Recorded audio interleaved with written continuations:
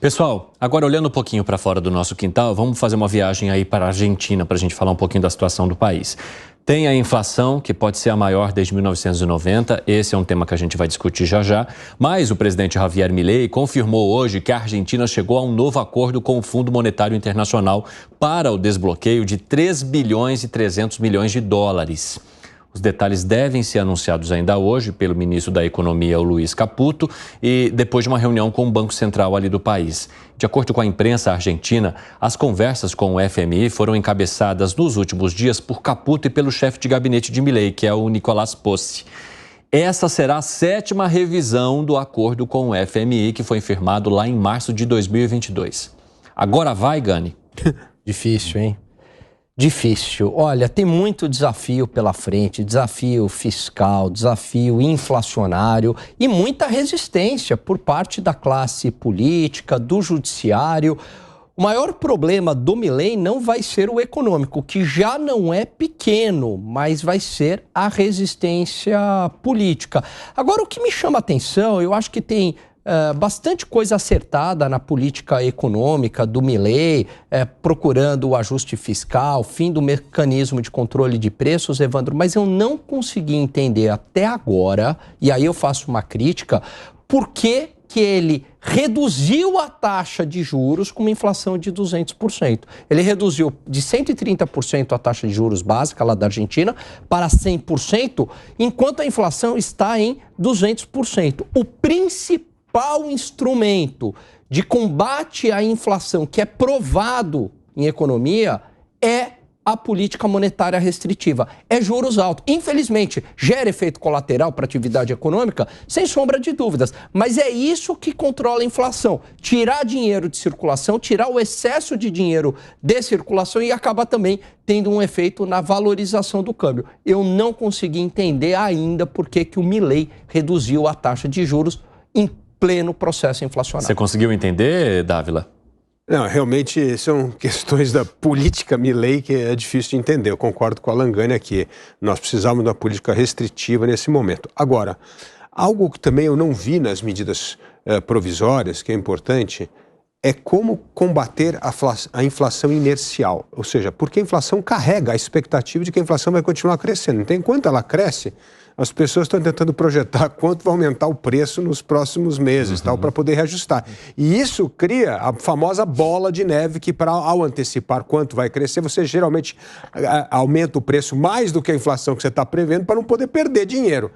E esse combate da inércia inflacionária é fundamental para começar a trazer a estabilidade econômica, derrubar a inflação. Foi o que aconteceu no Brasil quando se criou a URV no governo Fernando Henrique, com o Plano Real, que era esse desinflator da moeda todo mês, toda semana, todo dia ia mudando de acordo com a URV, e isso foi desinflacionando a moeda da expectativa futura e teve um papel fundamental na hora que a URV acabou, que o real estava estabilizado e a inflação caiu. Então, assim, eu não vi nada ainda no plano do Milei também, né, Alangani, não sei se você viu nessas medidas aí provisórias, eu não vi nada na história de como é que se combate a inflação inercial, porque senão essa bola de neve não vai parar de crescer e aí o governo vai ter um enorme problema a resolver. Não, perfeito, Dávila. E, por exemplo, diferentemente do Plano Real, né, quando teve a criação da URV, que foi bastante importante para ganhar novamente a confiança da população, né, trocar a moeda, e tinha ali um mecanismo de paridade e acabar com todo aquele mecanismo de indexação, de inflação inercial. E, além disso, foi a política de banda cambial, né, de você conseguir controlar o câmbio, porque boa parte do processo produtivo tem componentes importados e se a moeda acaba sendo bastante desvalorizada, isso traz aumento de preço e com o aumento da taxa de juros. Essa foi a receita que deu certo no Brasil. Eu acredito que o presidente Milei poderia olhar para essa receita que deu certo no Brasil, importada da Universidade de Chicago, não foi um plano aqui nacional, brilhantes economistas que participaram do Plano Real, mas tudo trouxeram essas ideias lá de fora e implementaram aqui no Brasil. Eu acredito que o Milei pode, né, se utilizar da experiência bem-sucedida do Brasil e implementar isso na Argentina. O tripé do câmbio flutuante, meta de inflação que nós tínhamos, né, e superávit primário. Era esse o tripé. E você, Vilela, como é que você avalia o que está sendo implementado pelo Javier Milei e por mais essa negociação que ele consegue fazer com o Fundo Monetário Internacional? Olha, eu vou fazer uma defesa do Milei. Eu honestamente, tenho me surpreendido positivamente com esses primeiros 30 dias quase. Aliás, hoje está fazendo 30 dias, salvo engano. Em que sentido?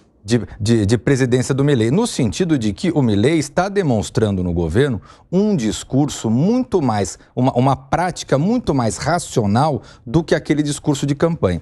Ao longo desses 30 dias de presidência de Javier Milei na Argentina, é evidente que estamos falando de uma série de medidas, de uma série de problemas a serem enfrentados. A gente pode concordar ou discordar de um ponto aqui ou de um ponto acolá. Mas todos aqueles medos que, de alguma forma, o mercado, a sociedade, as pessoas tinham, nenhum desses medos acabou se concretizando. Ele está demonstrando, primeiro, a necessidade de fazer uma política econômica, uma política de governo bastante racional, sem aqueles factoides, né, de você vir acabar com o Banco Central, isso e aquilo, né? Então, está construindo isso e esse novo acordo com o FMI, ele vai nesse sentido, no sentido de seguir uma lógica racional, uma lógica madura de se construir um caminho econômico para a Argentina. Ele veio com uma série de propostas, 300 artigos num decreto, mais 600 artigos num projeto de lei, alterando uma série de vícios, especialmente no campo do serviço público, no campo político, de uma Argentina que está totalmente falida. E uma Argentina que tem já no seu histórico uma grande predominância de movimentos, de grupos políticos, de grupos sociais ligados ao peronismo. Então, foi uma série de demissões no serviço público, foram uma série de medidas para restringir as práticas abusivas que eram praticadas por esses setores peronistas. Então eu vejo que, de uma forma geral, ele vem se colocando muito bem, sem aqueles arroubos que, de alguma forma, o caracterizaram no contexto de campanha e fazendo com que a Argentina tome um remédio amargo, mas sem esse remédio amargo, a Argentina não vai sair do fundo do poço. Piperno, dessa vez eu quase vi o Piperno caindo ali da cadeira, viu, Vilela, enquanto você falava. Então eu quero ouvir os argumentos dele agora. São quase 1000 medidas, né? São quase 1000 medidas que abrangem, por exemplo, desde tudo isso aí que o Alan Gani falou e muito mais, até, por exemplo, o sistema eleitoral, como é que você pode fazer manifestação de rua, tem tudo lá. É um manual, assim, né, de A a Z, revirando o país em todas as suas relações e, obviamente, quando você abre muito esse leque. Quando você quer resolver tudo, há uma grande chance que você não consiga resolver nada, porque isso tem que passar pelo Congresso, enfim, judiciário, você tem que negociar com várias forças, empresários, nem todos a favor. Então, veja, eu acho que, por exemplo, quando ele acaba com o congelamento, ele está correto. E em relação às medidas econômicas, independentemente da gente gostar ou não, o fato é que, vou deixar por último que o Alan muito bem mencionou, mas o fato é que essa foi a plataforma vitoriosa. Não adianta a oposição chegar e falar, mas ele está enganando. Ele não está enganando, ele disse que ia fazer isso aí. Agora, há medidas exóticas, como, por exemplo, essa questão da taxa de juros. Há o tema lá do Banco Central, que felizmente parece que ele deixou um pouco de lado, mas não foi uma invenção, ele falou isso durante a campanha eleitoral toda. Então, veja, ele tem na equipe dele gente que trabalhou com o Macri.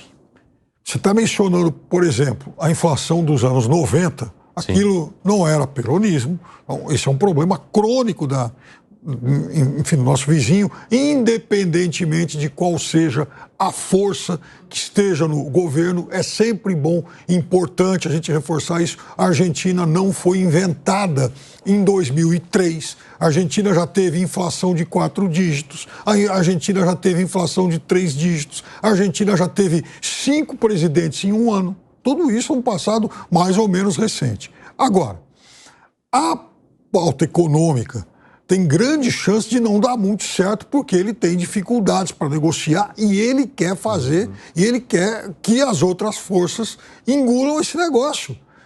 Não é assim que se faz política, até porque quando você vai fazer, por exemplo, negociações com o peronismo e a União Cívica Radical, não podemos esquecer esse outro ator que também é um ator que vem de décadas. Você está lidando com forças tradicionais que sabem também como jogar, como pedir contrapartidas. A gente tem visto, por exemplo, as reações dos governadores. Tem governador brigando com ele agora por conta da questão do lítio. O governador que falou, olha, aqui na Argentina, segundo a Constituição, os minerais são dos governos estaduais. Não é a União que tem poder de chegar aqui e tirar o que quer. Isso está no pacote dele lá. Então, há brigas em relação a isso. E como bem lembrou o jornal O Estado de São Paulo em 2 editoriais, chamei atenção para isso, mas aí depois o Estadão acabou publicando um outro editorial para falar isso. É uma aberração ele pedir uma autorização para que ele possa deliberar sobre matéria econômica como ele bem entende e, desde que é aprovado isso, nunca mais passar esses temas pelo Congresso. Isso é uma bomba relógio. Que foi, Vilela? Olha, o Javier Milei, todas as medidas dele estão cumprindo a Constituição, está passando projetos de lei que vão ser apreciados pelo Legislativo. Eu não vejo absolutamente nenhum gesto autoritário. Aquele receio que muita gente poderia ter, e eu mesmo, em muitos momentos, tive receio durante a campanha eleitoral, algum contexto mais inflamado, eu vejo que nesses 30 dias ele está demonstrando uma total capacidade de dialogar com os demais poderes constituídos. Está levando projetos de lei para o parlamento, vai naturalmente debater, abrir mão daquilo, seguir adiante em outros pontos, mas o que ele está pensando é algo que deveria ser pensado não apenas na Argentina, mas no Brasil ou numa série de outros países, que é uma verdadeira reforma do Estado. O Estado Nacional argentino, ele é um Estado totalmente ultrapassado, carcomido por práticas clientelistas, por práticas de corrupção. O que Javier Milei está tentando, com esses mais de 1000 artigos no total, é justamente promover uma reestruturação do Estado argentino. Agora, para isso, vai precisar naturalmente dialogar com o parlamento, sim, e dialogar também com o judiciário, naturalmente. Piperno, só antes de você falar, eu quero contar para vocês que nessa história toda, a inflação mensal argentina deve subir para 28% em dezembro. Se confirmar, essa será a maior taxa em um mês, como eu mencionei a vocês, desde 1990. E o resultado considera a média das previsões de 20 analistas locais e estrangeiros. A análise ocorre em meio ao cenário desafiador que o país enfrenta, com uma inflação anual que deve chegar a 200%, uma das mais altas do mundo. Então a gente está falando de 28%. Gani, o que significa uma inflação de 28% no mês? É inimaginável. Será que você pode fazer uma comparação aqui para a nossa audiência para que ela entenda o tamanho do problema? Olha, 28%, quem viveu na década de 80 e tem memórias disso, eu tenho memórias de infância, eu tinha lá meus 8, 9 anos, imagina o seguinte... É o Dávila. É o Dávila. O Dávila tem memórias que não são... O Dávila e o Piperno têm memórias que não são de 8 anos de idade. Então, imagine que você, com os R$100, né, o que você consegue comprar hoje, com R$100, passou um mês, né, dando um exemplo prático, a sua cesta ali de supermercado, ela reduziu. Você consegue comprar 70% dos itens, 60% dos itens, né? Você não consegue levar tudo. Então, o que a gente está falando? Né? A gente está falando da desvalorização da moeda. A inflação também é definida dessa maneira, né? A desvalorização do dinheiro e a perda do poder de compra da população. Significa o empobrecimento na prática da população. Não tem algo mais concentrador de renda do que a inflação. Você quer fazer um bom combate contra a pobreza, acaba com a inflação. O governo Fernando Henrique, a equipe econômica, principalmente do governo Fernando Henrique, com o fim da inflação, fez muito mais pelo país, pelo combate à pobreza, do que um monte de ONG por aí, porque a inflação é altamente perversa. O rico consegue se proteger, Evandro. Ele tem aplicações financeiras, ele investe em dólar. O pobre não tem, ele só tem o salário dele e aí a perda do poder de compra inevitável. Vou abrir o espaço para os nossos cabelos brancos aqui. Vai lá, Dávila. Isso, olha lá. Deixa o cabelo branco. A gente conta a história. E tem que ter um motivo bom para isso, né, Dávila? Alguma vantagem tem que ter, né? O pior é que tem gente que tem cabelo branco e perde a memória. Esse que é o grave, viu? Você tem que ter cabelo branco e manter a memória. Aliás, eu nem tô com cabelo branco ainda, só um pouco, mas eu já tô perdendo a memória, porque me pediram para chamar o intervalo e eu esqueci já 2 vezes. 5h29 da tarde, o pessoal da rádio vai para um rápido intervalo. Daqui a pouco espero vocês de volta, hein? Não saiam daí. Vai lá, Dávila. Mas eu vou contar uma história. Em 1988... Quantos anos você tinha? Eu tinha 23 anos. Eu estava nascendo. 1988 eu estava nascendo.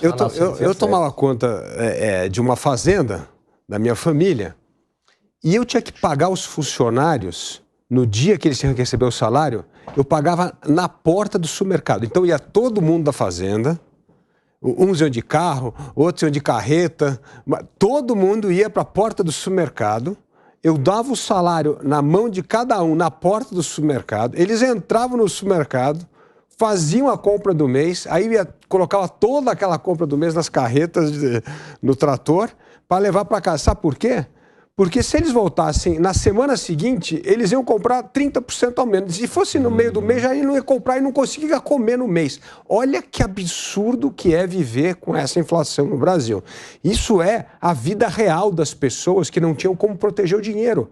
Então você tinha que dar o salário vivo na porta do supermercado. Aliás, e quando caía em fim de semana, tinha que combinar o dia para pagar, então vai ser na sexta, para poder ir ao supermercado e comprar. Porque senão se passasse 2 dias, já não conseguia comprar. É a loucura que é viver num país que tem 20% ao mês. Tudo bem, naquele tempo a gente chegou a 60% ao mês no Brasil aqui. Mas para ter uma noção do que é conviver com uma inflação dessa sem poder proteger o seu dinheiro. Piperno? Quando eu vim aqui para São Paulo, na década de 80, eu morava em Araçatuba e eu vim aqui para São Paulo. Então, nos primeiros tempos, todo mês o meu pai me mandava uma ordem de pagamento. Né? Ia lá no banco, falecido Banespa, para poder sacar alguma coisa, pegar dinheiro e tal. Só que o problema... Se tiver gente da geração Z assistindo a gente aqui, ferrou. Pois é, eles não sabem o que é isso. Não tem a menor ideia do que, por exemplo, é uma ordem de pagamento, você tem que sacar na boca do caixa. E o problema, Daphne, é que, às vezes, no auge dessa espiral inflacionária, a fila, ela ia até a calçada. Todo mundo lá. E por que acontecia isso? Porque o sujeito recebia qualquer dinheiro, ele ia para o banco para aplicar aquelas aplicações de um dia, porque ele não queria deixar parado na conta, ou enfim, overnight, ele não queria deixar parado na conta. Então ele sabia que ele podia perder numa noite, num dia e tal, 1, 2, 3%. Então ele ia lá, né, sobrou algum dinheiro, então ele pegava, aplicava, para no dia seguinte ele entrar na fila de novo e sacar, mas já com alguma valorização, algum tipo de correção. Tamanha era a inflação. Mas essa seria então uma situação que hoje os argentinos estão enfrentando? Com certeza. 20% ao mês, pô. 28% em dezembro. Ao mês é e veja, não existe inflação de 25% ao mês estável. A tendência é que ela aumente. E acho, para ser justo, né, faço muitas críticas ao Milei, para ser justo, ele falou no começo, olha, vai piorar muito, porque no começo nós vamos viver um surto inflacionário por conta da liberação de preço. E com isso que o Alan, inclusive, pontuou, a taxa de juros mais baixa, a tendência é que essa inflação a cada mês fique maior ainda. E aí, como é que essa população vai conseguir sobreviver às propostas do Milei sem criticá-lo, sem se virar contra ele, em Vilela? Essa é a grande dificuldade e é justamente por isso que é muito mais cômodo e muito mais simples para a classe política, de uma forma geral, deixar ou fazer apenas um puxadinho aqui, uma mexidinha ali, dar um tapa na alvenaria ali e pronto. Você não faz reformas estruturantes. O que Milei está se prontificando, e ao meu ver esses 30 dias deixa isso muito claro, é que ele está se colocando como um governante que vai propor reformas estruturais na lógica do Estado argentino. Um Estado defasado, um Estado carcomido por conta de interesses paroquiais, interesses corporativos, interesses fisiológicos, especialmente ligados ao peronismo, mas não só. Então, eu vejo que Javier Milei está com isso, com essas reformas propostas. Muita coisa vai passar, muita coisa não vai passar, muita coisa cai na justiça, mas ele está sinalizando como um governo de transformação e não como mais do mesmo que vai só apenas dar um tapa na pintura da Argentina. Quer acrescentar algo, Dávila? Não, só apenas que essa agenda ousada do Milei de reformar o Estado, que o Vilela bem trouxe, o grande problema é como fazer uma agenda ousada que mexe em cultura e comportamento tão rápida quanto que é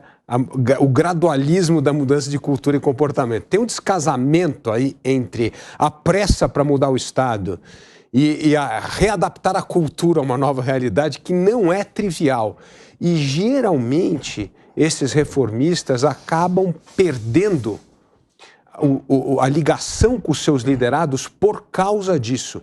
Eu digo que um dos erros da liderança é justamente o líder estar muito à frente dos seus liderados. E aí você perde a sua conexão com as pessoas. Então, o grande risco que o Milei corre não é a intenção, que bem disse o Vilela aqui, para reformar um Estado decrépito, decadente e tomado, corroído pelo peronismo.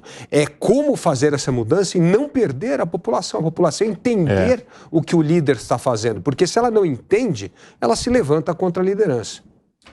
Piperno, quer acrescentar algo? Eu vi que você se mexeu aí. Sim, porque não só a população, mas é óbvio que ele também esbarra em questões na esfera da justiça. Então, muita gente já procurou a justiça para barrar pontos desse pacote e insisto nisso. Quando ele chega para o Congresso e pede uma permissão para que a partir daquele momento ele possa, por decreto, legislar em matérias econômicas, aí ele está dando um mau sinal.